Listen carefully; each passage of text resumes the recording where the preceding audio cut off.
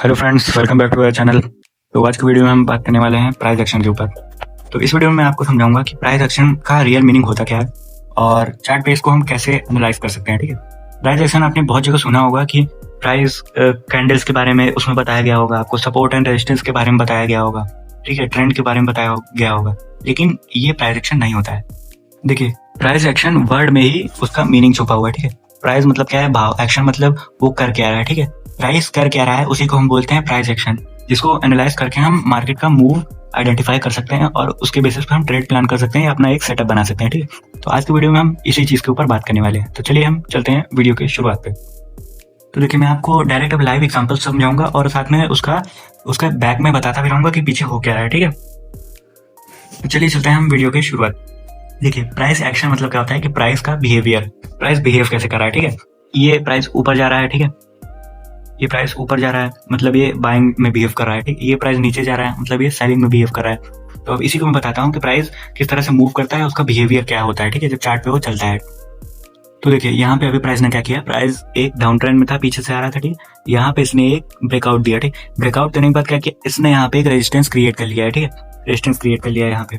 Then अब resistance create करने के बाद क्या है, यहाँ पे बायर्स को इनवाइट किया, फेक ब्रेकआउट दिया। ठीक, यहाँ पे जितने भी बायर्स आए थे उनको ट्रैप किया।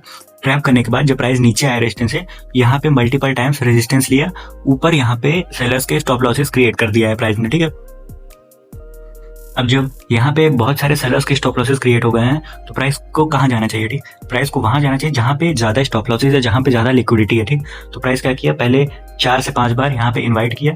उसके बाद जब फाइनल मूव होने वाला हुआ तो मैंने क्या बताया था, एक प्राइस कंसोलिडेशन करेगा या कैंडल्स में वीकनेस दिखाएगा। ठीक, प्राइस ने यहाँ पे वीकनेस और कंसोलिडेशन साथ में किया एंड देन आप देख सकते हैं प्राइस कितनी अच्छी तरीके से ऊपर जाते हुए हमें देखने को मिला, क्योंकि यहाँ पे उसको लिक्विडिटी मिली है।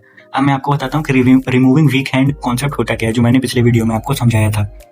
देखिए, यहाँ पे अब आपको एक चार्ट दिख रहा होगा। ठीक है, यहाँ पे सेम वही चीज हुई है, रेजिस्टेंस पे इनवाइट किया गया है ना, रेजिस्टेंस पे इनवाइट किया गया। उसके बाद क्या हुआ, ब्रेकआउट। अब ब्रेकआउट क्या है, यहाँ पे ब्रेकआउट सस्टेन नहीं कर पाया। ठीक है, वापस से ये रेजिस्टेंस सपोर्ट, जब रेजिस्टेंस ब्रेक हुआ तो वो सपोर्ट बना। ठीक, सपोर्ट ब्रेक करके प्राइस नीचे आया।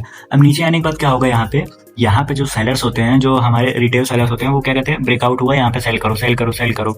लेकिन यहाँ पे असली चीज हुई क्या है, यहाँ पे हुआ यह है कि यहाँ पे इस ब्रेकआउट को देख के जितने बायर्स आए थे ना, उनको मार्केट ने रिमूव कर दिया है। रिमूव मतलब ये उनके स्टॉप लॉसेस यहाँ पे थे, वो हिट कर चुका है। ठीक है, अब हिट कर दिया। अब क्या होगा यहाँ पे, अब यहाँ पे होगा कि अब यहाँ पे रियल बायर्स आएंगे। ठीक है, यहाँ पे जो बायर्स आए थे ब्रेकआउट वाले, उनको तो मार्केट ने रिमूव कर दिया। ठीक है, अब यहाँ पे एंटर होंगे रियल बायर, जिससे बड़ा मूव आने वाला रहता है मार्केट में। ठीक है, जिसकी वजह से बड़ा मूव आता है, वो यहाँ पे एंटर होंगे हमारे।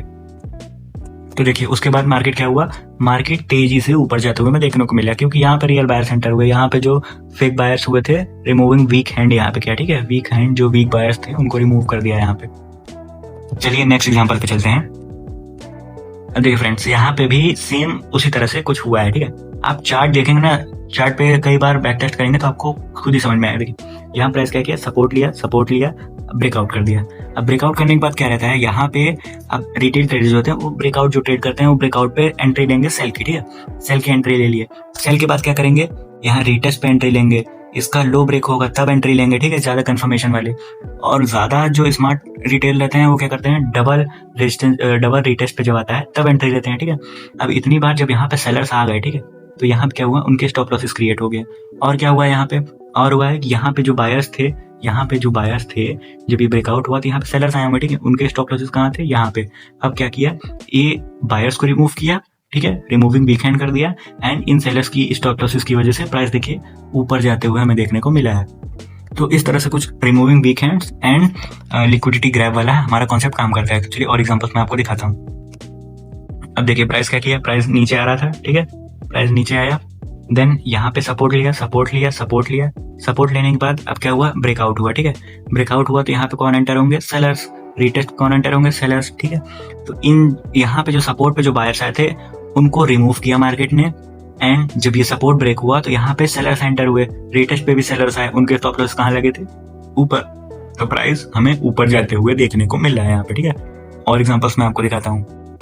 अब देखिए, जहां पे रिटेलर्स एंट्री करते हैं ना, उसका अपोजिट आप देखिए, सोचिए आप रिटेलर जैसे। ठीक है, लेकिन ट्रेड करिए थोड़ा स्मार्टली। तो अब देखिए यहाँ क्या हुआ है, यहाँ पे प्राइस एक रेजिस्टेंस फेस कर रहा था। ठीक है, उसके बाद ब्रेकआउट दे दिया। अब ये ब्रेकआउट पे कौन आए, बायर्स आ गए, ठीक, बायर्स आ गए, रीटेस्ट पे बायर्स आ गए।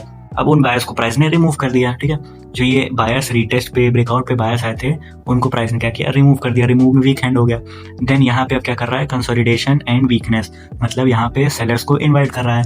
यहाँ पे मेन बायर्स है, ठीक है, बड़े प्लेयर्स या जो स्मार्ट मनी होते हैं वो यहाँ पे एंटर कर रहे हैं। जिसके बाद जब देखिए एक पॉइंट लिख लीजिए, जब भी स्मार्ट मनी एंटर करता है ना तो वो कभी भी एंट्री करने के मौका नहीं देता। जब रियल मूव आने वाला होता है तो वो एंट्री करने का मौका नहीं देता है, वो डायरेक्ट शूट अप करता है। इस तरह से इनवाइट करके रीटेस्ट करके ऐसा मौका नहीं देता कि आप लोग एंट्री करिए, वो डायरेक्ट ऐसे निकलता है, ठीक है, ऐसे।